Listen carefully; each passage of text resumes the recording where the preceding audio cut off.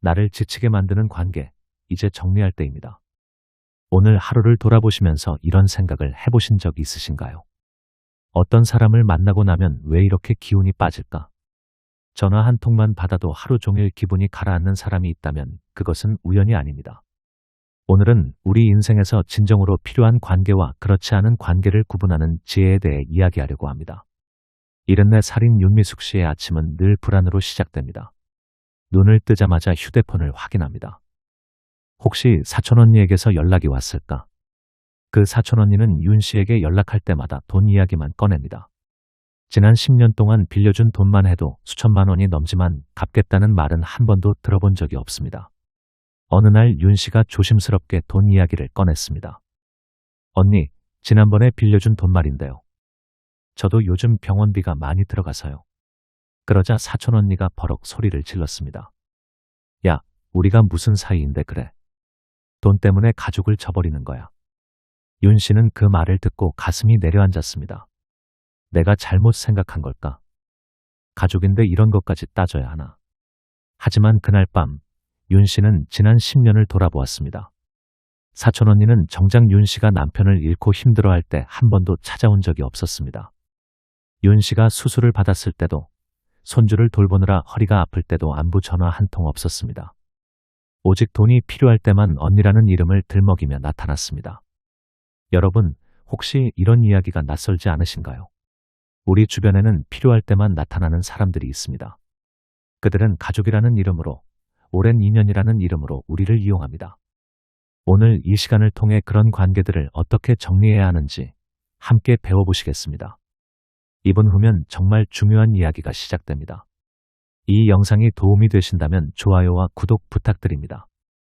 여러분의 작은 관심이 이런 영상을 만드는 데 큰 힘이 됩니다. 68살인 강선미 씨는 30년 지기 친구와 매주 만나왔습니다. 하지만 최근 들어 그 만남이 점점 고통스러워졌습니다. 친구는 만날 때마다 자랑만 했습니다. 우리 아들은 대기업 부장이야. 우리 딸은 의사와 결혼했어. 우리 손주는 영재래.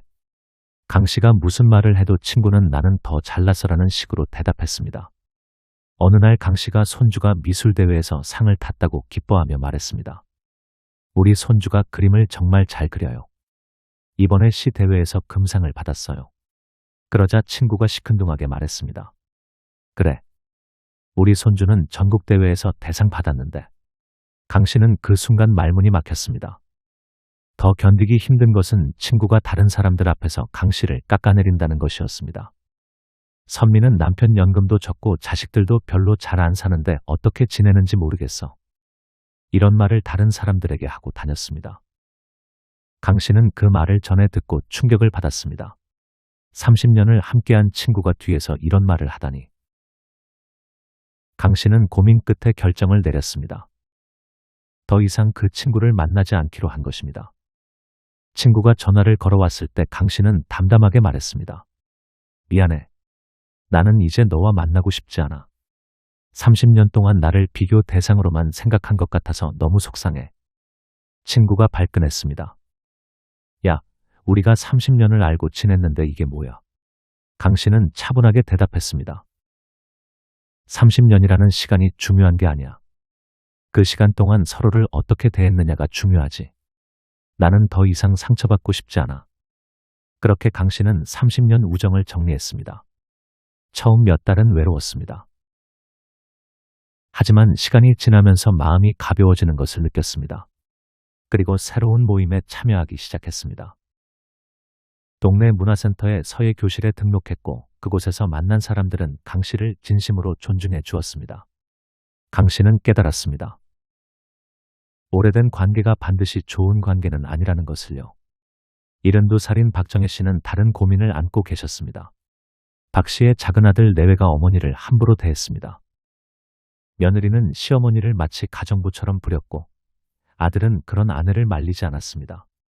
박 씨가 조금이라도 실수를 하면 며느리는 쏘아붙였습니다.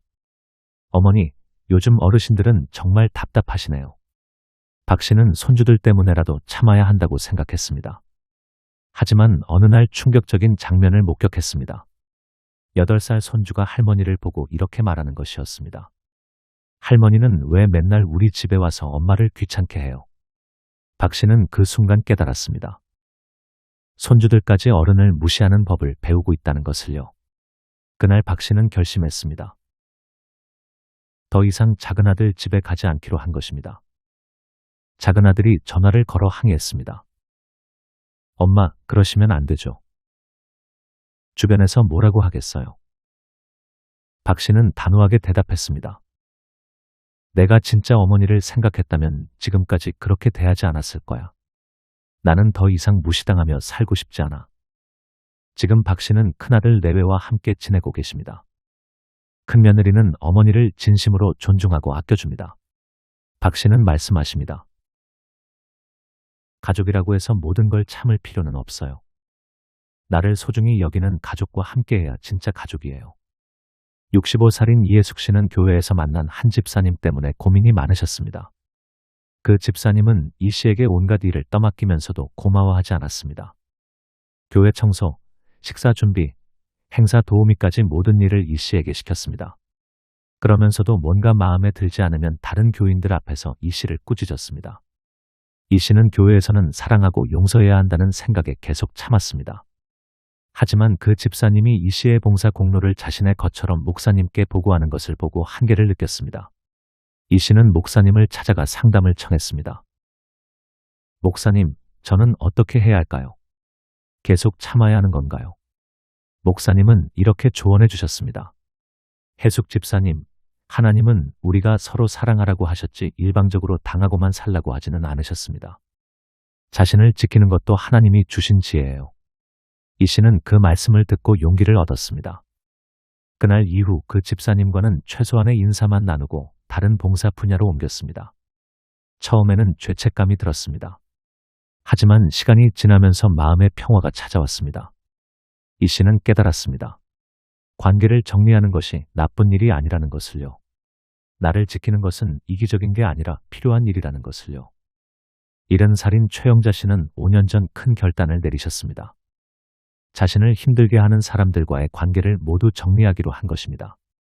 시누이 2명, 옛 동창 3명, 이웃 1명까지 총 6명과의 관계를 끊었습니다. 처음 1년은 정말 조용했습니다. 전화 오는 횟수도 줄어들고 만날 사람도 없어서 외로웠습니다. 하지만 최 씨는 이 시간을 자신을 돌아보는 기회로 삼았습니다. 나는 진짜 뭘 좋아하지? 뭘 하고 싶지? 스스로에게 물어보기 시작했습니다. 그러다가 어린 시절 꿈이었던 그림 그리기를 다시 시작했습니다. 70년 가까이 살면서 처음으로 진짜 자신만을 위한 시간을 가진 것이었습니다. 미술 학원에 다니면서 새로운 친구들도 만났습니다. 그들은 서로의 그림을 격려하고 응원해 주었습니다. 비교하거나 깎아내리는 사람은 아무도 없었습니다. 2년 후 최 씨는 지역 전시회에 작품을 출품하기까지 했습니다. 최 씨는 말씀하십니다. 나쁜 사람들과 시간 보내느라 70년을 허비했어요. 이제 남은 인생은 진짜 내가 원하는 대로 살 거예요. 67살인 정미란 씨는 관계를 정리하는 구체적인 방법을 개발하셨습니다.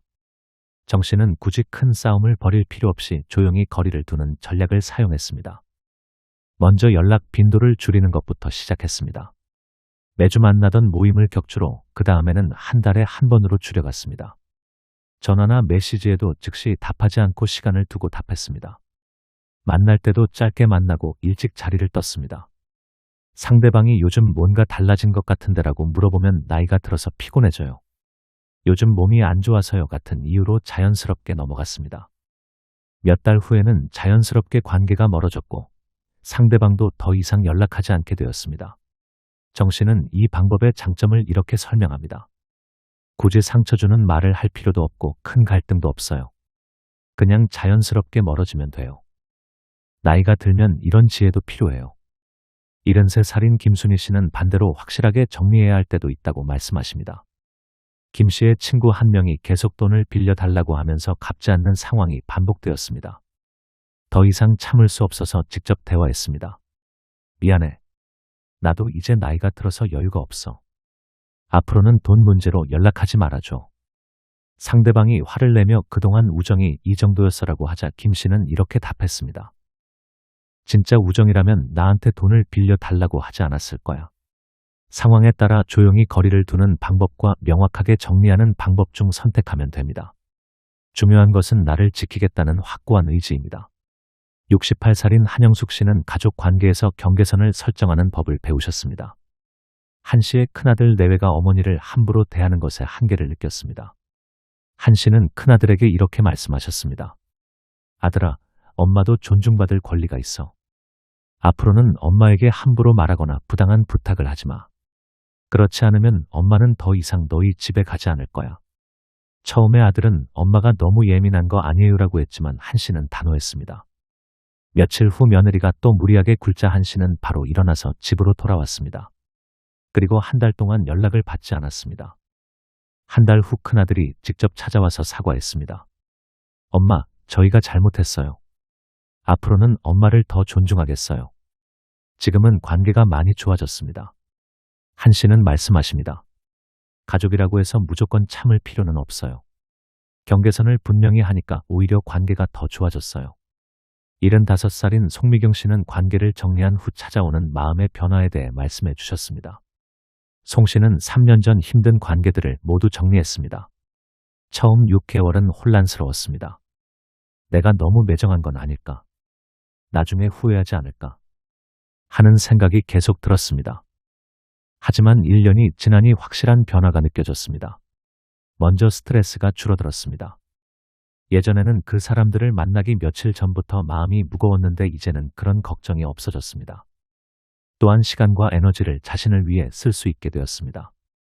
송 씨는 그 시간에 요가를 배우기 시작했고 새로운 취미로 도자기 만들기도 시작했습니다. 가장 큰 변화는 자신감이었습니다. 나도 내 인생을 선택할 수 있구나 하는 깨달음이 다른 모든 영역에도 긍정적인 영향을 미쳤습니다. 송 씨는 말씀하십니다. 나는 지금까지 남들 눈치만 보며 살았어요. 그런데 힘든 관계들을 정리하고 나니 진짜 내가 원하는 게 뭔지 알게 되었어요. 69살인 노경애 씨는 진짜 내 편인 사람들을 구별하는 방법을 알려주셨습니다. 오 씨는 관계를 정리할 때 3가지 질문을 스스로에게 던집니다. 첫 번째, 이 사람과 만나고 나면 기분이 어떤가? 만나고 나서 기분이 좋아지고 에너지가 생기는 사람이라면 계속 만날 만한 사람이고 반대로 기분이 나빠지고 기운이 빠지는 사람이라면 거리를 둬야 할 사람입니다. 두 번째, 이 사람은 내가 힘들 때 도움이 되는가? 내가 어려울 때 진심으로 걱정해주고 도와주려는 사람인지 아니면 구경만 하거나 오히려 험담의 소재로 삼는 사람인지 생각해봅니다. 세 번째, 이 사람은 내 성공을 진심으로 기뻐해 주는가? 내가 좋은 일이 생겼을 때 진심으로 축하해 주는 사람인지 아니면 질투하거나 깎아내리려고 하는 사람인지 판단합니다. 오 씨는 이 3가지 질문으로 주변 사람들을 분류했더니 결과가 명확했습니다. 진짜 내 편인 사람은 생각보다 많지 않았지만 그 소수의 사람들과의 관계가 훨씬 깊어지고 소중해졌습니다. 오 씨는 말씀하십니다. 100명의 가짜 친구보다 1명의 진짜 친구가 나아요. 71살인 조은희 씨는 관계를 정리할 때 주변의 반대를 이겨내는 법을 배우셨습니다. 조 씨가 힘든 시누이와의 관계를 정리하기로 결심했을 때 가족들의 큰 반대에 부딪혔습니다. 특히 남편이 그래도 내 동생인데 이렇게 하면 안 된다며 강하게 반대했습니다. 조 씨는 처음에는 혼란스러웠습니다. 내가 정말 잘못된 건가 하는 생각도 들었습니다. 하지만 곰곰 생각해보니 확신이 들었습니다. 그 시누이가 자신에게 한 말과 행동들을 다시 떠올려보니 절대 참을 수 없는 일들이었습니다. 조 씨는 가족들에게 이렇게 말씀하셨습니다. 여러분은 그 사람한테 직접 당하지 않아서 모르시는 거예요. 저는 더 이상 참을 수 없어요. 남편이 계속 반대하자 조 씨는 더욱 단호했습니다. 당신이 그렇게 가족이 중요하다면 당신이 그 동생과 지내세요. 저는 더 이상 못하겠어요. 결국 조 씨의 의지가 워낙 확고해서 가족들도 포기했습니다. 1년이 지난 지금 오히려 가족들이 조 씨의 결정을 이해합니다. 남편도 당신이 그때 옳았던 것 같아라고 인정했습니다. 76살인 신혜경 씨는 마음이 흔들릴 때 사용하는 자신만의 방법을 알려주셨습니다. 신 씨는 2년 전 힘든 관계들을 정리하신 후 평화로운 일상을 보내고 계십니다. 하지만 가끔 예전 친구들이 보고 싶을 때가 있습니다. 특히 명절 때나 외로울 때 그래도 그 사람들이 있었으면 하는 생각이 듭니다. 그럴 때마다 신 씨는 자신만의 방법을 사용합니다. 먼저 그 사람들과 함께 했을 때 받았던 상처들을 하나씩 떠올려 봅니다. 아, 맞다. 그 사람은 나를 이렇게 아프게 했지 하면서 기억을 되살립니다. 그 다음에는 현재 자신의 평화로운 일상을 생각해 봅니다. 아침에 일어나서 마음 편히 차를 마시는 것, 아무 눈치 보지 않고 좋아하는 드라마를 보는 것, 스트레스 없이 잠자리에 드는 것 같은 소소한 행복들을 떠올립니다. 신 씨는 말씀하십니다. 외로움은 잠깐이지만 마음의 평화는 오래가요. 잠깐의 외로움 때문에 오랜 평화를 포기할 수는 없어요. 70살인 배순자 씨는 새로운 인생의 기준을 세우셨습니다. 배 씨는 3년 전 대대적인 인간관계 정리를 하신 후 완전히 새로운 기준으로 살고 계십니다. 배 씨의 첫 번째 기준은 나를 행복하게 해주는 것을 선택하기입니다. 예전에는 해야 하는 일, 해 주어야 하는 일을 우선했다면 이제는 하고 싶은 일, 나를 기쁘게 하는 일을 우선합니다. 두 번째 기준은 내 마음이 편한 사람들과만 시간 보내기입니다. 아무리 좋은 조건이나 이유가 있어도 마음이 불편한 사람과는 시간을 보내지 않습니다. 세 번째 기준은 내 나이와 경험을 존중해 주는 사람들과 어울리기입니다. 나이가 들었다고 해서 무시당할 이유는 없다며 자신을 함부로 대하는 사람들과는 관계를 맺지 않습니다. 네 번째 기준은 주고받는 것이 균형 잡힌 관계 유지하기입니다. 일방적으로 베풀기만 하거나 받기만 하는 관계는 건강하지 않다며 서로 주고받는 균형 잡힌 관계를 추구합니다. 배 씨는 이런 기준으로 살기 시작한 후 인생이 완전히 달라졌습니다. 배 씨는 말씀하십니다. 70년을 남들 기준으로 살았더니 내가 누군지도 몰랐어요. 이제 내 기준으로 살아보니 이게 진짜 인생이구나 싶어요. 여러분, 오늘 들려드린 이야기들이 어떠셨나요? 혹시 여러분 주변에도 나를 아프게 하는 사람들이 있지는 않으신가요? 가족이라는 이름으로, 친구라는 이름으로, 오랜 인연이라는 이름으로 참고 견디고 계신 관계들은 없으신가요? 이제는 용기를 내실 때입니다. 나이가 들수록 시간은 더욱 소중해집니다. 그 귀한 시간을 나를 힘들게 하는 사람들에게 낭비할 이유는 없습니다. 여러분은 행복할 자격이 있습니다. 평화로운 마음으로 살 권리가 있습니다. 66살인 민경숙 씨는 관계 정리 후 완전히 새로운 삶을 시작하셨습니다. 민 씨는 5년 전까지만 해도 매일 누군가의 전화를 받고 누군가의 부탁을 들어주느라 정신없이 사셨습니다. 하지만 그 모든 관계가 자신을 지치게 만든다는 것을 깨달은 후 과감하게 정리하셨습니다. 처음 1년은 정말 조용했습니다. 하지만 그 조용함 속에서 민 씨는 자신을 발견했습니다. 평생 하고 싶었던 것들을 하나씩 시도해 보기 시작했습니다. 등산을 시작했고, 사진 찍기를 배웠고, 봉사활동도 시작했습니다. 그 과정에서 만난 새로운 사람들은 민 씨를 있는 그대로 존중해 주었습니다. 지금 민 씨는 매일 아침 감사한 마음으로 눈을 뜹니다. 오늘은 누구를 만나야 하나 걱정하지 않아도 됩니다. 누구에게 이용당할까 두려워하지 않아도 됩니다. 민 씨는 말씀하십니다. 66년을 살면서 이제야 진짜 내 인생을 사는 것 같아요. 늦었다고 생각할 수도 있지만 지금이라도 시작한 게 다행이에요. 74살인 홍미자 씨는 손주들과의 관계에서도 경계를 설정하는 법을 배우셨습니다. 홍 씨는 딸이 직장을 다니는 동안 손주를 돌봐주셨습니다. 처음에는 기쁜 마음으로 시작했지만 시간이 지나면서 너무 힘들어졌습니다. 허리도 아프고 무릎도 아프고 체력이 따라주지 않았습니다. 그런데 딸에게 말하기가 어려웠습니다. 거절하면 딸이 힘들어할 것 같았습니다. 어느 날 홍 씨는 결국 쓰러지고 말았습니다. 과로로 인한 탈진이었습니다. 병원에 입원해 있을 때 딸이 찾아왔습니다. 그리고 눈물을 흘리며 말했습니다. 엄마, 죄송해요. 제가 엄마를 너무 힘들게 했네요. 홍 씨가 대답했습니다. 엄마도 미안해. 내가 힘들까 봐 말을 못했어. 딸이 말했습니다. 엄마, 이제부터는 주 이틀만 부탁드릴게요. 나머지는 제가 다른 방법을 찾을게요. 엄마 건강이 더 중요해요. 홍 씨는 그때 깨달았습니다. 솔직하게 말하는 것이 서로를 위하는 길이라는 것을요. 77살인 안정숙 씨는 오랫동안 유지해온 모임에서 나오는 용기를 내셨습니다. 안 씨는 40년 동안 같은 동창회 모임에 참석해 오셨습니다.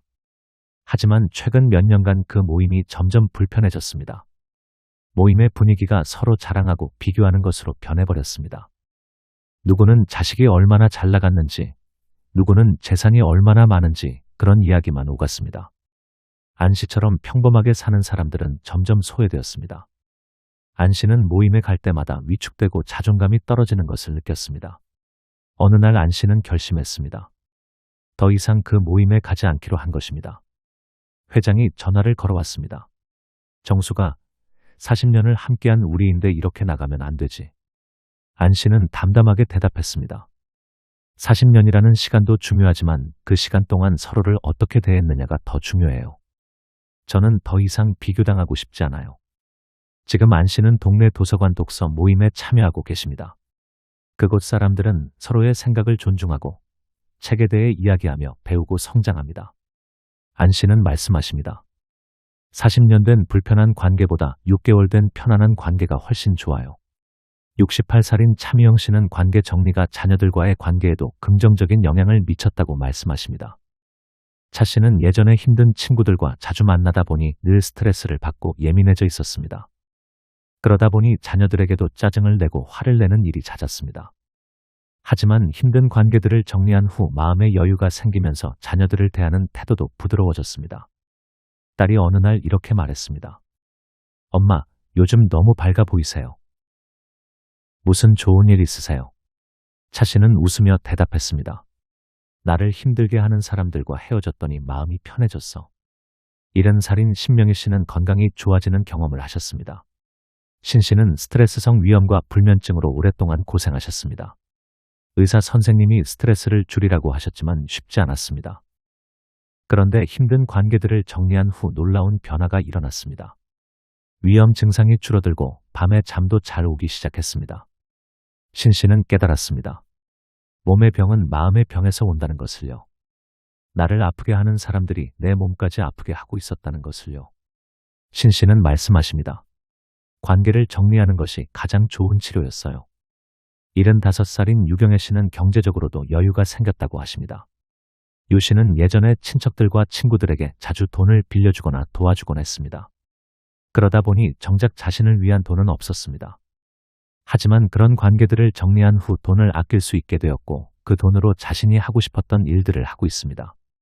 최근에는 평생 가고 싶었던 제주도 여행도 다녀왔습니다. 유 씨는 말씀하십니다. 남에게 쓰던 돈을 나를 위해 쓰니까 이렇게 행복할 수가 없어요. 진작 이렇게 할 걸 그랬어요. 67살인 전수진 씨는 자존감이 높아지는 경험을 하셨습니다. 전 씨는 평생 남의 눈치를 보며 살았습니다. 내가 이렇게 하면 저 사람이 뭐라고 할까? 내가 거절하면 나쁜 사람으로 보이지 않을까? 이런 생각들로 가득했습니다. 하지만 용기를 내서 힘든 관계들을 정리한 후 달라졌습니다. 나도 내 인생을 선택할 수 있구나. 나도 싫은 것은 싫다고 말할 수 있구나. 이런 깨달음이 자존감을 높여주었습니다. 전 씨는 말씀하십니다. 67년을 살면서 이제야 나를 존중하는 법을 배웠어요. 72살인 남경혜 씨는 새로운 꿈을 꾸게 되셨습니다. 남 씨는 평생 다른 사람들의 기대에 맞춰 살았습니다. 좋은 엄마, 좋은 며느리, 좋은 친구가 되려고 했었습니다. 하지만 정작 자신이 뭘 원하는지는 생각해 본 적이 없었습니다. 힘든 관계들을 정리하고 나니 비로소 시간과 마음의 여유가 생겼습니다. 그제야 자신에게 물어봤습니다. 나는 뭘 하고 싶지? 그리고 어린 시절 꿈이었던 피아노를 배우기 시작했습니다. 72살의 나이에 시작한 피아노이지만 매일 연습하는 것이 즐겁습니다. 남 씨는 말씀하십니다. 나이는 숫자일 뿐이에요. 언제든 새로운 꿈을 꿀 수 있어요. 힘든 관계들이 내 꿈까지 가로막고 있었다는 걸 이제야 알았어요. 여러분, 오늘 이 영상이 여러분께 작은 용기가 되었기를 바랍니다. 나를 아프게 하는 관계를 정리하는 것은 이기적인 일이 아닙니다. 오히려 나를 지키고 진짜 소중한 사람들과 더 깊은 관계를 맺기 위한 지혜로운 선택입니다. 힘든 관계들과 작별하는 것이 처음에는 어려울 수 있습니다. 죄책감도 들고 외로움도 찾아올 것입니다. 하지만 그것은 잠깐입니다. 시간이 지나면 반드시 더 큰 행복과 평화가 찾아올 것입니다. 진짜 가족은 나를 소중히 여기는 사람들입니다. 진짜 친구는 나와 함께 있을 때 서로 행복해지는 사람들입니다. 오늘부터 여러분도 용기를 내보시기 바랍니다. 나를 힘들게 하는 관계를 하나씩 정리해 보세요. 그리고 진짜 나를 위한 시간을 가져보세요. 여러분은 행복할 자격이 있습니다. 평화로운 삶을 살 권리가 있습니다. 이 영상이 도움이 되셨다면 좋아요 버튼을 눌러주시고 구독과 알림 설정도 부탁드립니다. 여러분의 소중한 댓글은 다른 분들에게도 큰 힘이 됩니다. 비슷한 경험이 있으시거나 용기를 내신 이야기가 있으시다면 댓글로 나눠주세요. 여러분의 남은 인생이 진정한 행복으로 가득하기를 진심으로 기원합니다. 나를 아프게 하는 관계들과 작별하고 나를 소중히 여기는 사람들과 함께하는 아름다운 삶을 만들어 가시기 바랍니다. 오늘도 영상을 시청해 주셔서 감사합니다. 다음 영상에서 또 만나요. 여러분 모두 건강하시고 행복하세요.